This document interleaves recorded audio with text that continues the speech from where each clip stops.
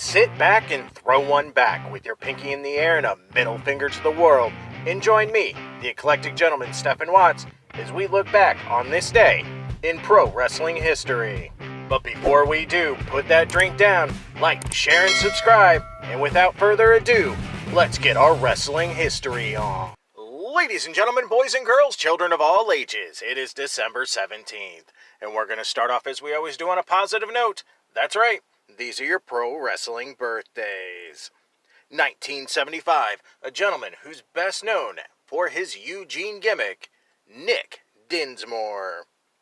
1982, England's own Lionheart. 1984, the luchador known as Rey Azteca. And we're going to keep that positivity train a-rolling. That's right, these are your pro wrestling history highlights for December 17th. Jumping in the Wayback Machine and going all the way to 1906, where we see Frank Gotch defeat Fred Beal in Kansas City, Missouri to win the American heavyweight title for a third time. Gotch would go on to defeat George Hackenschmidt 2 years later to unify with the World Heavyweight title.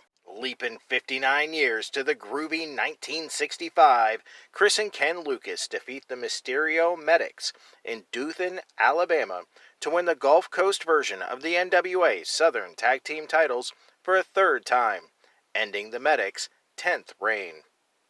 3 years later in 1968, Fritz Von Erich and Dan Miller defeat the Spoiler and Gary Hart to win the NWA American Tag Team titles, later to become the world-class World Tag Team titles.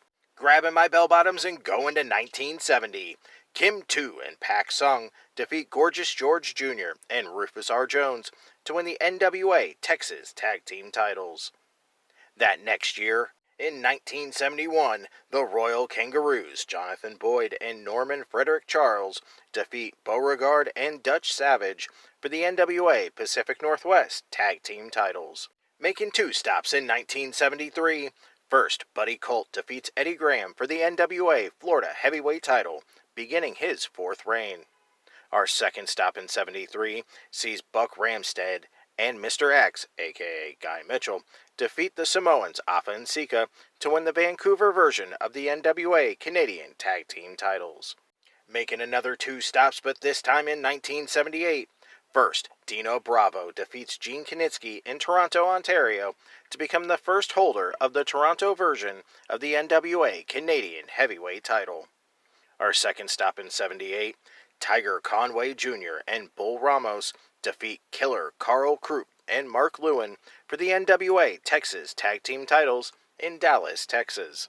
That next year, in 1979, the WWF ran Madison Square Garden in New York City, New York, with the card airing live on the MSG network in the New York area, but also in Japan, as this card was almost immediately following the Antonio Inoki Bob Backlund WWF title controversy in Japan.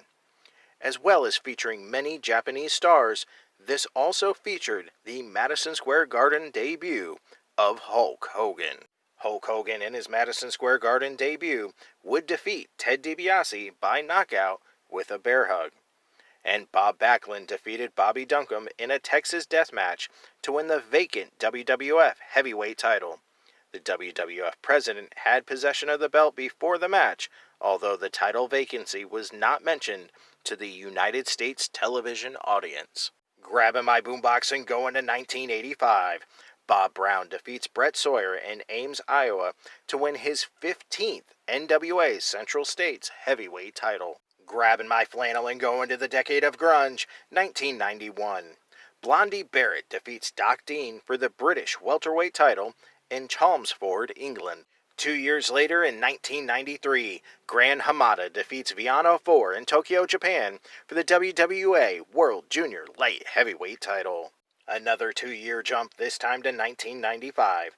The WWF held the 5th In Your House pay-per-view, subtitled Seasons Beatings, at the Hershey Park Arena in Hershey, Pennsylvania, before 7,000 fans. The main event sees Bret Hart pin the British Bulldog to retain the WWF title. Staying in 1995, Dr. Wagner Jr. defeats Atlas in Mexico City, Mexico to win the CMLL World Light Heavyweight title for a second time. And our final stop, 1999, in a match taped in Nashville, Tennessee for the December 24th edition of ECW on TNN, Masato Tanaka defeats Mike Awesome for the ECW World Heavyweight title. Those were your short but sweet pro wrestling history highlights for December 17th. I'm the eclectic gentleman Stephen Watts, and we'll see you tomorrow.